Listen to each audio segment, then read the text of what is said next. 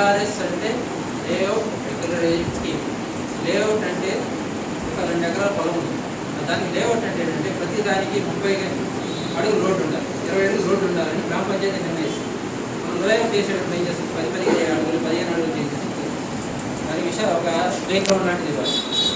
ఒక ఎకరంలో 60% 65% ప్లాట్స్ చేయాలి. మిగతాది వేరే ప్లేస్ ప్లేస్గా పెట్టాలి. అవి పెట్టాలి. ఎందుకంటే 2 ఎకరాలు ఇలా చూపిస్తే వాళ్ళకి రేట్ రాదు. మనం కొనుక్కుంటా తక్కువ రేటు కానీ మనం కొంటాం కాబట్టి వాళ్ళు అలాంటివన్నీ కావాల్సినవి చేయకుండా మనం అమ్మేస్తున్నాం, మనం కొనేసుకుంటాం.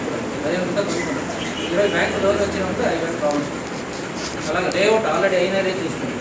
లేదంటే లేఅవుట్ చేసుకుంటాం రెగ్యులర్ స్కీమ్ కింద గవర్నమెంట్ పర్మిషన్ ఇచ్చింది.